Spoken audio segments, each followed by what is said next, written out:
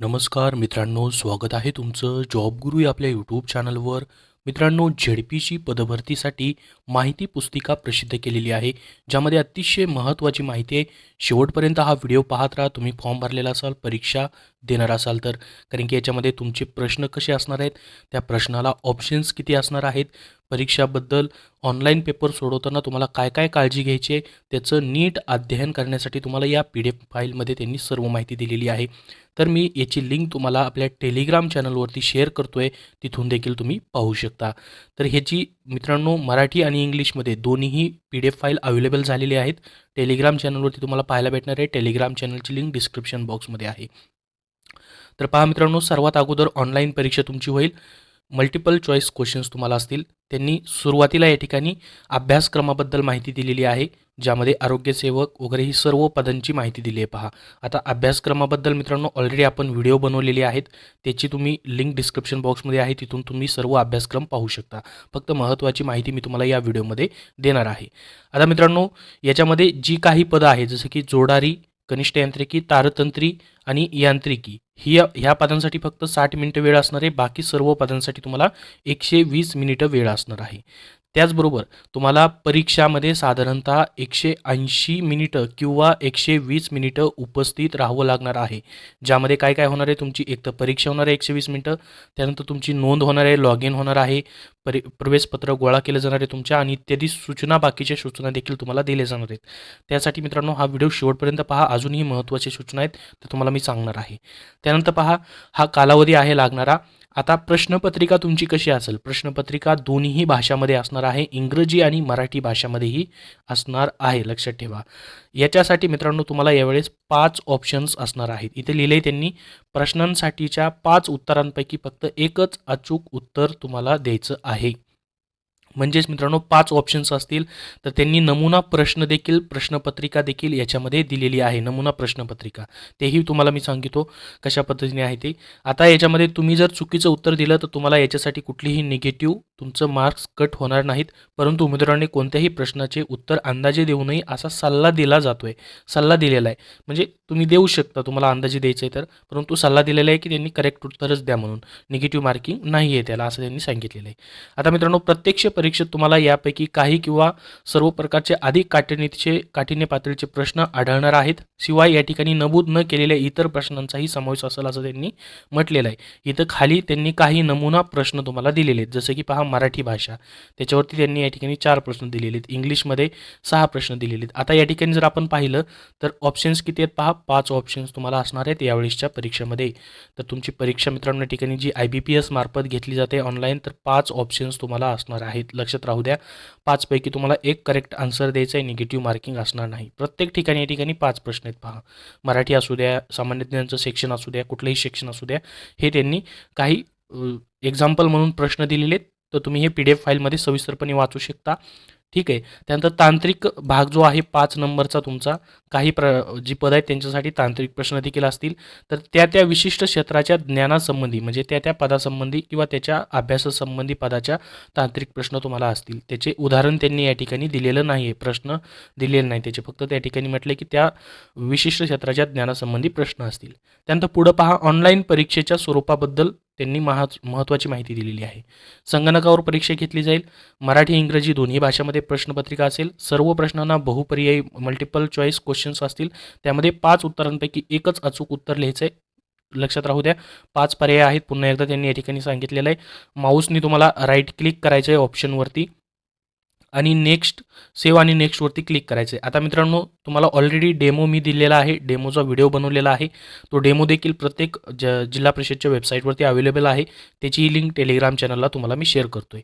तर पहा, आता लक्षात ठेवा, तुम्हाला वेळ किती राहिला आहे ते पाहण्यासाठी सर्व्हरमध्येच, म्हणजे तुमची ज्यावेळेस परीक्षा चालू असेल त्यावेळेस उजव्या बाजूला एक घड्याळ असणार आहे. तर त्या घड्याळाची वेळ संपेल तेव्हा परीक्षा आपोआप बंद होणार आहे. तुम्हाला स्वतःहून परीक्षा बंद करण्याची किंवा थांबवण्याची आवश्यकता नाही, लक्षात राहू द्या. जरी तुमचा पेपर सर्व सोडून झाला तरी सबमिट करायची गरज नाही, जरी सबमिट केलं तरी सबमिट होणार नाही, कारण की जोपर्यंत 120 मिनिटं आहेत किंवा 60 मिनिटं आहेत तोपर्यंत ते सबमिट होणार नाही, आपोआप सबमिट होणार आहे. त्याच्यानंतर या ठिकाणी अशा पद्धतीने तुमचं उजव्या बाजूला एक पॅलेट दाखवला जाईल तुम्हाला, ज्यामध्ये तुम्ही प्रश्नाचं उत्तर दर्शवलेलं ते ग्रीनमध्ये तो प्रश्न क्रमांक दाखवला जाईल. हे सर्व ऑलरेडी डेमोमध्ये मी सांगितलेलं आहे. त्यानंतर पुढं महत्त्वाचं आहे पहा 20 नंबरचा पॉईंट. 120 मिनिटं संपल्यानंतर परीक्षार्थ्यांना एकही प्रश्न सोडवता येणार नाही किंवा त्यांच्या उत्तरांची पडताळणी करता येणार नाही.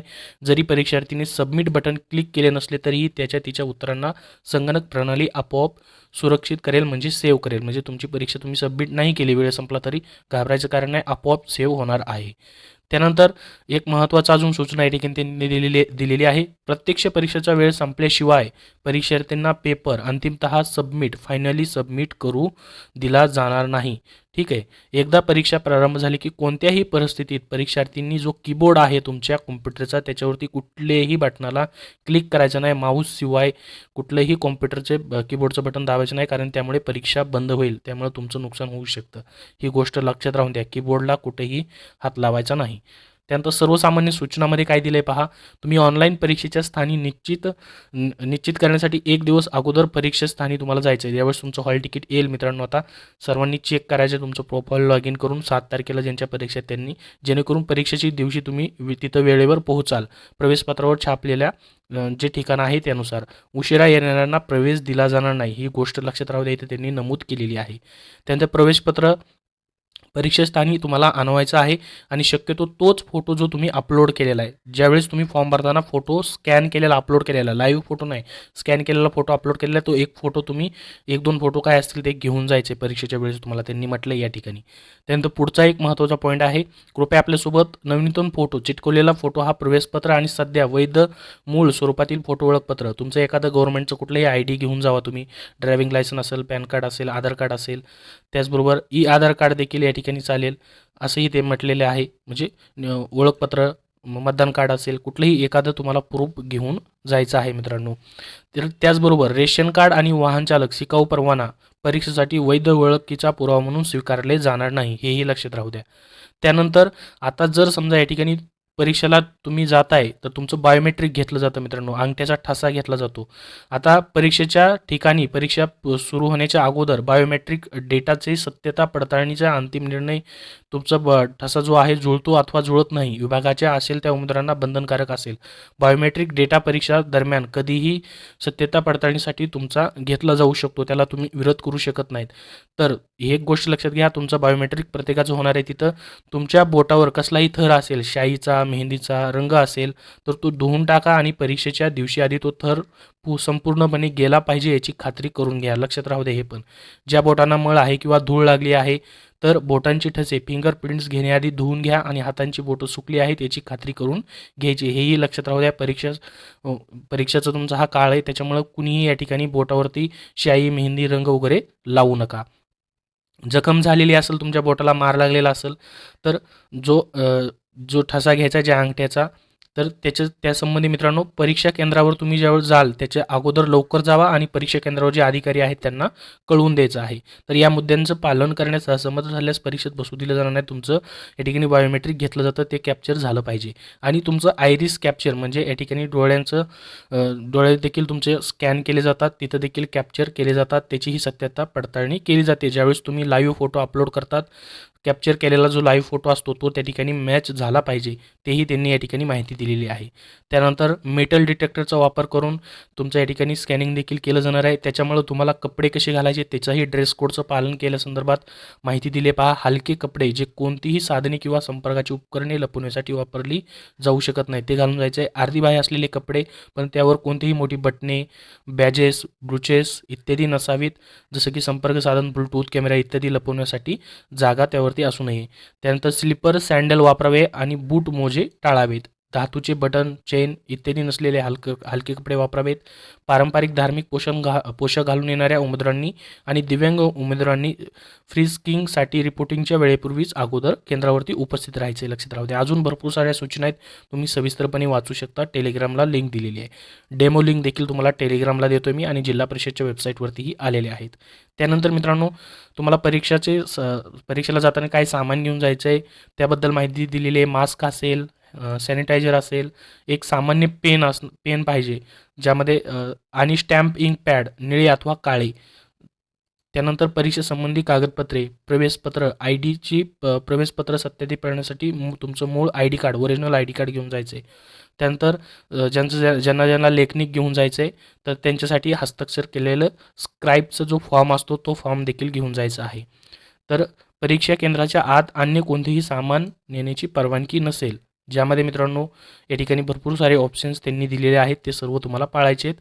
त्यानंतर आपणास शुभेच्छा म्हणून या ठिकाणी हे पूर्ण माहिती पुस्तिका संपलेली आहे. अशीच माहिती पुस्तिका इंग्रजीमध्ये देखील अवेलेबल आहे, तीही तुम्हाला टेलिग्राम चॅनलवरती शेअर करतोय. जर याबद्दल अजून तुमचे काही प्रश्न असतील तर कमेंट बॉक्समध्ये कमेंट करून नक्की विचारा. हा व्हिडिओ नक्की लाईक करा आणि अशाच महत्त्वपूर्ण अपडेटसाठी चॅनलला देखील सबस्क्राईब करून ठेवा.